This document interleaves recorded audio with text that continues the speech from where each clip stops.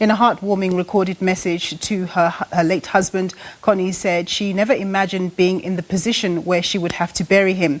One of his colleagues, Zandile Musutswana, says Ferguson's passing has left her broken. Musutswana acted alongside Ferguson as Vuyiswa Make in the popular drama series The Queen. Ferguson passed away from COVID-19 related complications last week at the age of 47.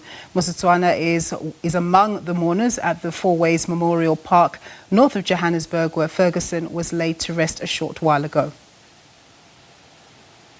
Well, let's cross to the funeral as tributes continue to pour in for the late actor and producer Shona Ferguson. We're actually going to cross to my colleague Patricia Visachi. Over to you, Patricia.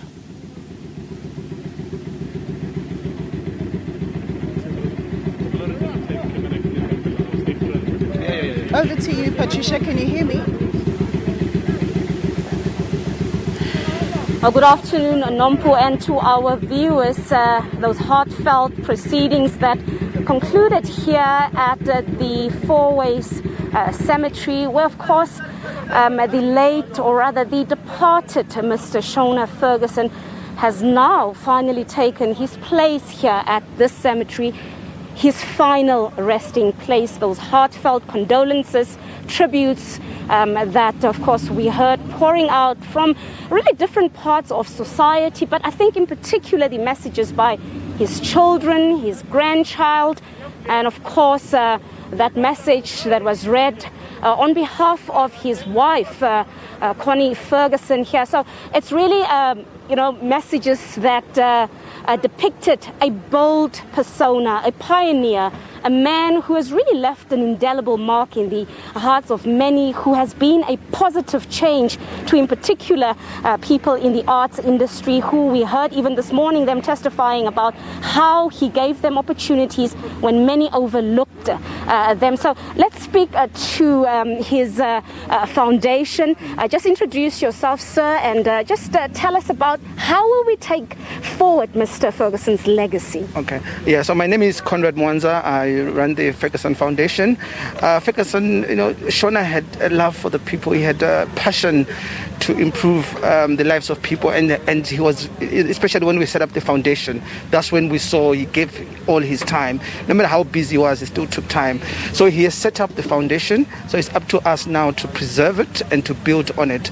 So what we're going to do as a foundation is we are going to build, and I put this as a life, the Shona Ferguson Studios, which was his long-term ambition to set up a studio. And in that studio, there will also be the Ferguson Film School, which then impacts on the industry. He was passionate about financial literacy, and we also believe from that school there will be a module with financial literacy on it. So he just it shows that his love that he had for the industry and his passion that he had, he gave it all. I mean, no matter how busy he was, he would still take the call about if anything to do with the foundation, he dropped everything else. So this was part of maybe how we can preserve his legacy going forward. All right, thank you so much. We'll leave it at there. Of course, as I said, many tributes. The Minister of Arts and Culture was also here, and he also, gave a heartfelt message saying that it's a great loss to the arts industry, and also going into detail about the passion that Mr. Ferguson had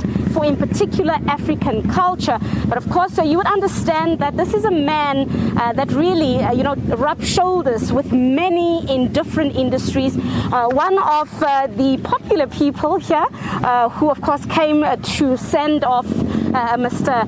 Ferguson to his final resting place. I'm joined right now by Dr. Mbuyiseni Dlozi from the EFF. You're also here. Just share with us your thoughts and, what is it that Mr. Ferguson, perhaps taught you? We heard so many lessons from so many people. What are the lessons that you take from him? Well, he was an industry leader. The Fergusons became a social force, and we came here to salute that particular role they play in a very difficult industry, an industry that is often misunderstood by society because on TV you see a lot of black faces acting in this and that show, but it remains, from a production side, very white dominated. Majority of the production companies on multi-choice platforms are underpaid in comparison to companies that are white owned, and the Fergusons face faced that struggle. They were pioneer in that particular way. They were groundbreakers. And so as leaders in society, we often interacted with them in relation to these challenges of transformation within the film, particularly production industry. And I think that in his memory, we've got to make a powerful call, a serious call, particularly to MultiChoice and DSTV, to stop discriminating against black filmmakers and production companies that are in the space on the DSTV channel. It's a fact that for the types of audiences that the Fergusons built, against all the odds, against all the expectations, the types of creativity that they brought into channel, they shouldn't, they should be probably even more rewarded than some of the white owned production companies. These are the problems that, as a social force, the Fergusons represented. They represented that particular transformation agenda that they pursued with passion and dedication. Thank you so much, Doctor. There you have, of course, Dr. Mbuyiseni Ndlozi from the EFF, also speaking about how he thinks that the legacy of the departed Mr. Ferguson should be, of course, taken forward. And that, I think, is the crux of what came out from many of the messages that poured out today. And that is the legacy that needs to live on. Many who said that this is a man who has left behind big shoes to fill. It's back to you in studio. Indeed. Thank you very much, Patricia, for your report there. Johannesburg advocate Ike Khumalo has been released on